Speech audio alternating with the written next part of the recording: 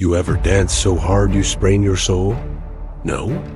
Well, in 1518, hundreds of people did exactly that. And spoiler, some of them never stopped.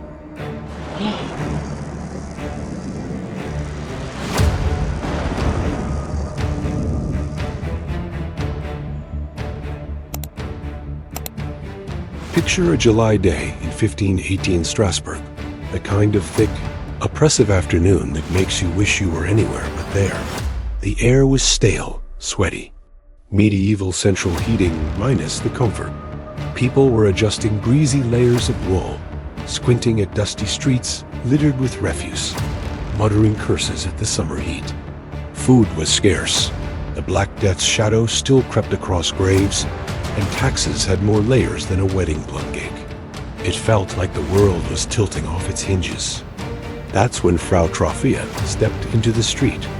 At first, she just seemed a little extra. A sudden energetic shuffle, almost celebratory, like she'd had one too many sips of wine, but her face didn't match. Her eyes were pinched, desperate, like a mule stuck in a jam. Her hips jerked uncontrollably, and within seconds, her feet were pounding the cobbles as if literal horns had taken root in her ankles. She wasn't dancing for joy. She was dancing for submission, letting her limbs take the wheel while her mind screamed in protest. Within hours, a few curious neighbors joined the mad groove. Then more. People from nearby houses pressed against shutters to gawk, and sometimes to bail. Children skipped in and out of the chaos, thinking it a bizarre festival. Livestock bleated in the background, totally unimpressed. By day 2, at least a dozen were dancing. By day 5, nearly 100. By day 10, estimates say close to 400 bodies, thrashing like marionettes on a medieval puppet stage. And there was no sound of happiness, only the slapping of shoes, the scuffing of gravel, and the muted wails of muscle pain. One might almost chuckle at the absurdity if it weren't so grim. People dancing so hard they collapsed. One chronicler reported that wounds were straining, ribs were snapping, bodies began to bleed from internal exhaustion. Imagine doing a karaoke challenge straight into a brick wall. Some died right there, danced until they couldn't breathe. Others fell, limped away, swearing they would never touch music again, then came back the next day, drawn by the irresistible pull of shared madness. And then came the council solution. If science is making diet worse, why not? They erected bleachers, hired musicians, opened a stage. Drum roll, please. They turned the madness into a public spectacle, hoping exhaustion would burn it all out, like throwing popcorn at a wildfire. One unfortunate soul probably popped out, handing out flyers, "Dance till you drop," literally. It was like today's episode of Dance or Die, Medieval Edition. Of course, they kept the musicians going day and night, flutes shrieking, drums booming. Instead of calming things, it pumped adrenaline into the afflicted. More dancers joined. More bodies fell. A few council members scratched their beards and whispered, "Maybe we should have just told them to pray more." Which they did. Priests strolled through the crowd, waving incense, shouting at invisible demons. The dancers ignored them. Death is a heck of a conversation starter, but apparently not for sinners in motion. One colorful description called it a rhythmic contagion. People watched others dance and felt a compulsive spark in their bones. I have to join. It's not a choice. A zero meme in the flesh. Even without phones or YouTube, cultural contagion was in full swing. Experts in mass psychogenic illness argue it was stress and suggestion, pain, fear, famine, grief, repetition, until the mind cracked. The body took extremists of emotion in meat form.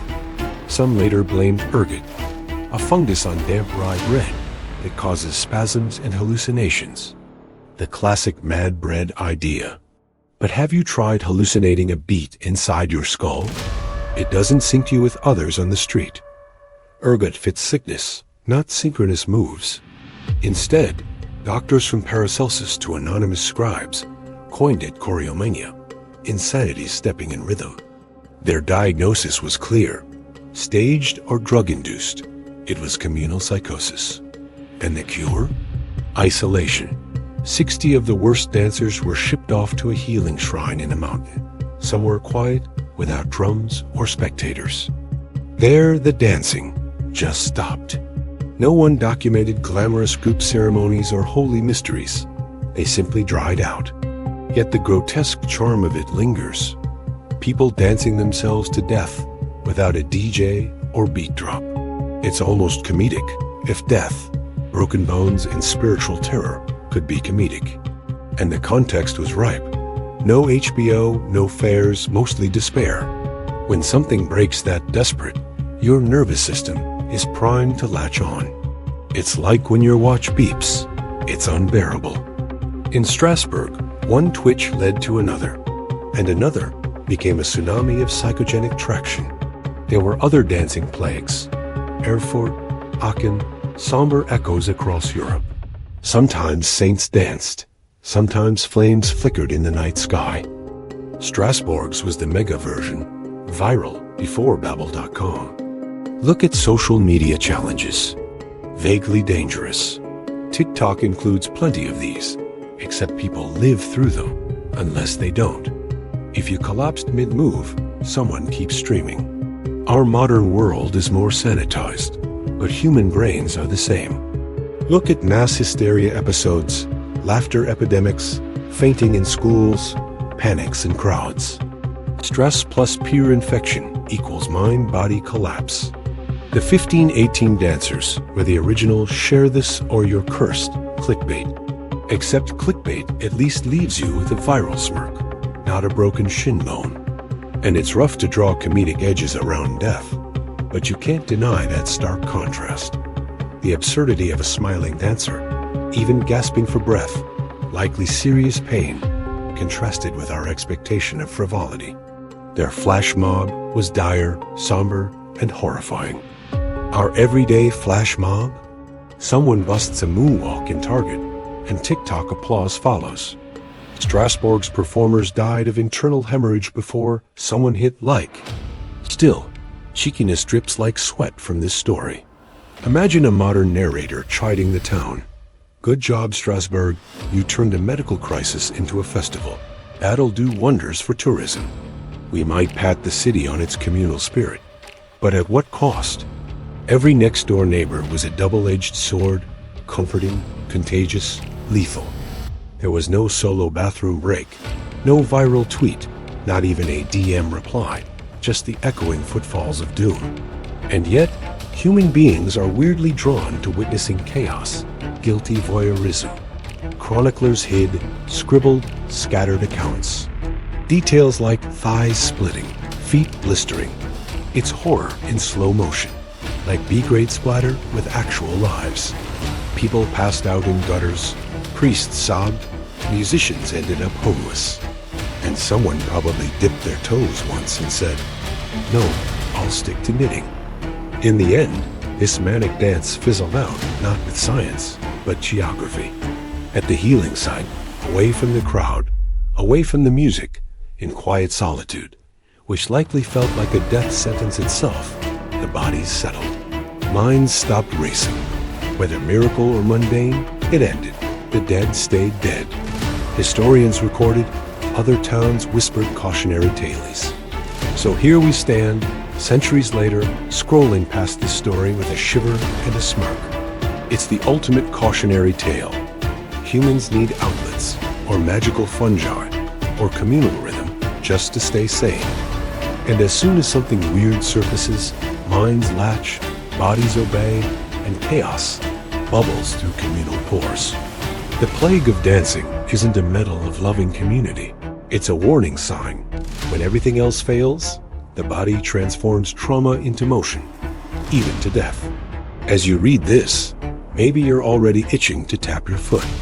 Maybe the first dancer was simply someone channeling grief into beat. Maybe it started with a pun, passed to a friend, and snowballed. History gives us this shock, This jolt, people literally couldn't stop. The darkest joke, maybe their only malfunction, was that they had no other choice.